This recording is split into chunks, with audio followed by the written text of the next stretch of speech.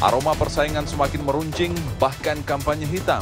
Bawaslu DKI Jakarta tengah menyelidiki dugaan pelanggaran kampanye berbau sara. Jokowi Muslim, tapi orang tuanya Kristen. Orang tua saya semuanya Muslim, kakek nenek saya semuanya Muslim, bapak saya juga haji, ibu saya juga hajah. Saya kan juga Muslim toh Pak Karni. Iya, apalagi yang dipermasalahkan. Semuanya kan terserah masyarakat, terserah warga DKI.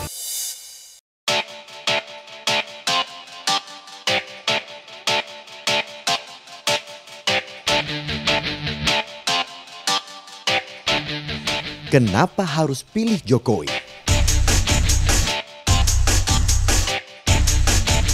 Katanya jangan pilih pemimpin yang non-muslim.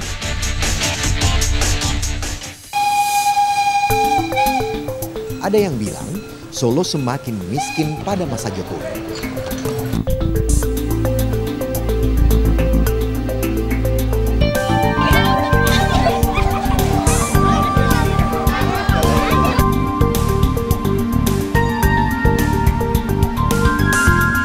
Ada yang mencap Jokowi dan Ahok kutu loncat dan tidak amanah. Tapi kita semua mesti tahu, itu semua salah besar. Jokowi Muslim yang taat. Ia bergelar haji. Ia cuma tidak suka mengumbar ibadah di depan umum. Ia juga lapang hati memaafkan orang yang menuduhnya, sebagaimana ajaran Islam untuk tidak memusuhi orang lain. Tapi tetap sudah saya maafkan dari dulu, karena ibunda saya juga sudah maafkan kok. Tapi tetap menyesalkan isu SARA sampai muncul. Iyalah, stoplah, janganlah. Kita inilah adu program, adu visi. Saya kira yang bagus itu. Jokowi menjalankan ibadah dengan taat dan rutin beramal sedekah. Tapi ia tidak mau semua diketahui publik. Silakan. Sudah 12 tahun yang lalu saya haji. Tapi masa harus saya sampaikan kemana-mana? Riak nanti jadinya. Iya benar. Lalu Ahok, dia kan non-muslim. Betul, Basuki atau Ahok memang seorang pemeluk Kristen yang taat. Ia seorang Tionghoa. Tapi faktanya, ketika dia masih Bupati Belitung Timur, ia banyak membuat program membantu umat muslim. Ahok membuat program menaik hajikan ustadz dan ulama yang belum haji. Tercatat lebih dari 100 orang diberangkatkan haji. Ia juga ikut safari Ramadan ketika bulan puasa hingga tuntas. Meski hanya menunggu saja di parkiran hingga selesai. Artinya, ia adalah pemimpin yang adil, merakyat, dan terbukti mengayomi semua golongan. Jokowi tidak gagal memimpin Solo.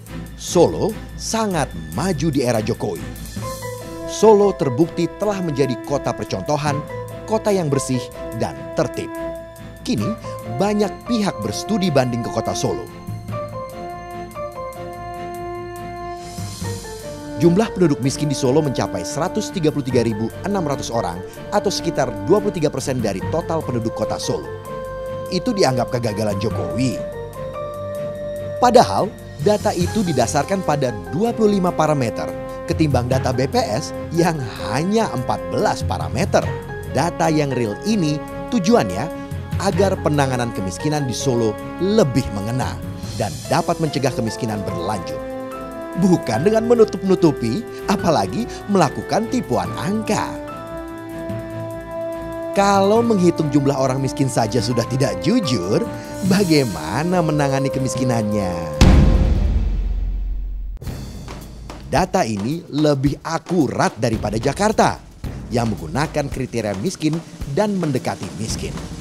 Jakarta juga menggunakan ukuran kemiskinan absolut, sedangkan Solo menggunakan ukuran kemiskinan relatif. Solo menggunakan standar miskin pendapatan $2 sehari, sedangkan Jakarta menggunakan standar $1 sehari. Kalau Jakarta menggunakan standar Solo, maka angka kemiskinan di Jakarta dapat mencapai 41%. Meski kemiskinan masih tinggi, pemerintah kota Solo telah mengeluarkan SK jaminan sosial bagi warga miskin. Sehingga warga miskin di Solo mendapat jaminan kehidupan. Kalau tidak sukses, tidak mungkin Jokowi dipilih kembali di Solo dengan suara mencapai 91%. Meski sama sekali tidak memasang baliho, spanduk, dan atribut kampanye lainnya. Salah satu rekor dalam sejarah Pilkada Indonesia. Kalau tidak sukses, tidak mungkin Jokowi masuk dalam daftar 25 kepala daerah terbaik di dunia, 5 besar Asia. Ini bukan rekaan. Ini berdasarkan The City Mayors Foundation, sebuah organisasi nirlaba yang bermarkas di Inggris.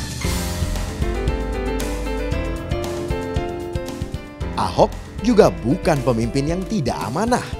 Ia tidak meninggalkan Belitung Timur.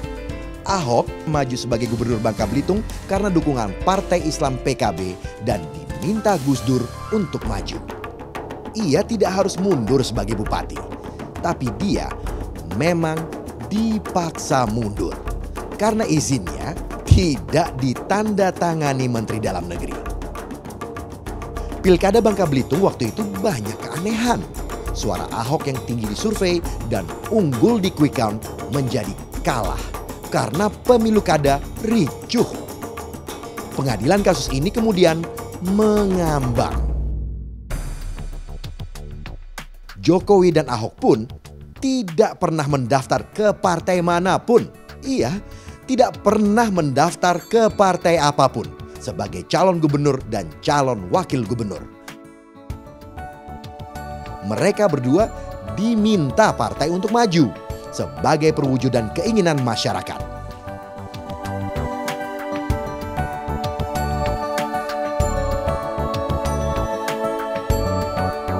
%42,60% pemilih dalam putaran pertama sudah percaya kalau mereka mampu memimpin Jakarta.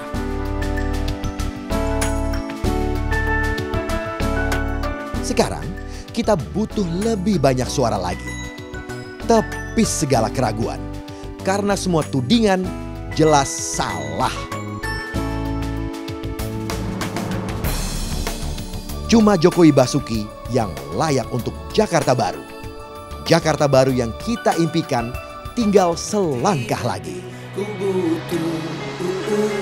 Ku butuh Mas Jokowi, macet Jakarta teratasi. Ku mau kumuh Jakarta diberesi. Jangan lagi setoran kanan dan kiri. Ku mau Jokowi dan Basuki. Ku mau banjir diberesin, anggaran pembangunan gak dicomotin, rakyat miskin juga bisa diayomin. Ku mau Mas Jokowi, juga Mas Basuki, Jokowi dan Basuki.